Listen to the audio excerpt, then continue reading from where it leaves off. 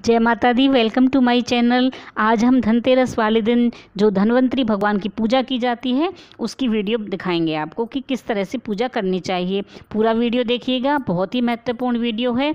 निरोगी काया रहे इसलिए धन्वंतरी भगवान की पूजा की जाती है।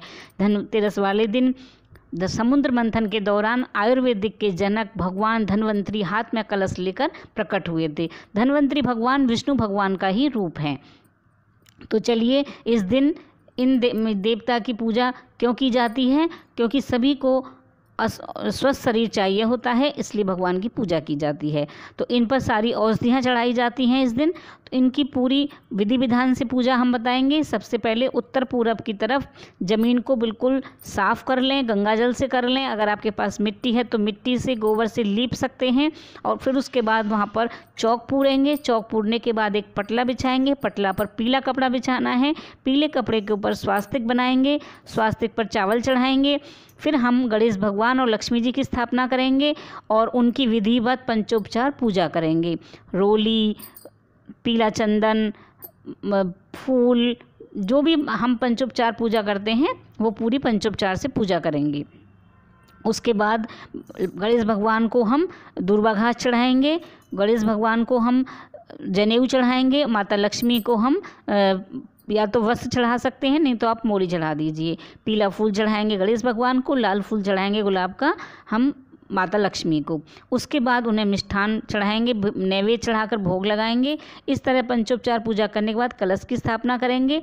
नीचे हम या गेहूं या चावल लगाएंगे। फिर हम एक कलश पर स्वास्तिक बनाएंगे। कोई भी आप लोटा ले सकते हैं, छोटी सी लुटिया ले सकते हैं, मिट्टी का ले सकते हैं, जो भी धातु का आपके पास है। उसके बाद हम उसमें गंगा जल डालेंगे। फिर उसमें जल डाल करके और उसमें आप रख देंगे। तो ये हम, क्योंकि भगवान जी समुद्र में से प्रकट हुए थे, तो इसलिए हमें यहाँ पर कलश की स्थापना करनी होती है, गंगा माता की, समुद्र जी की। उसके बाद हम विष्णु भगवान या धन्वंतरी भगवान की स्थापना करेंगे। तो अगर आपके पास विष्णु भगवान, धन्वंतरी भगवान की कोई फ़ोटो प्रतिमा नहीं है तो आप सुपारी के ऊपर कलावा लपेट कर बना सकते हैं। फिर उसको अपनी तिजोरी में रख लीजिएगा। उसको ऐसे विसर्जन नहीं करना होता है, इसको रख लेते हैं। उसके बाद पंचोपचार पूजा करेंगे विष्णु भगवान की। उनके ऊपर पीला जनेऊ चढ़ाएंगे। फिर सारी औषधियाँ चढ़ाएंगे और जितनी भी हमारे पास औषधियाँ थी हमने घर में जो थी वो सब चढ़ाई हैं। नारियल की जटा हमने इसलिए चढ़ाई है ये, क्योंकि इसको जलाकर और इसको हम इसकी जो राख बनती है छाछ के साथ जब हम उसकी फंकी लेते हैं तो हमारे पाइल्स की बीमारी दूर हो जाती है। और अमरबेल चढ़ाई थी मैंने सबसे पहले शुरू में। अमरबेल जिसके गठिया बाई की बीमारी होती है, जोड़ों में दर्द रहता है, तो इसको गर्म करके इस पानी से स्नान करने लेते हैं तो जोड़ों का दर्द चला जाता है। और जो पपीते का पत्ता है, तो जब चिकनगुनिया, डेंगू बुखार हो जाते हैं तो प्लेट्स कम हो जाती हैं तो इसका काढ़ा बनाकर पिया जाता है।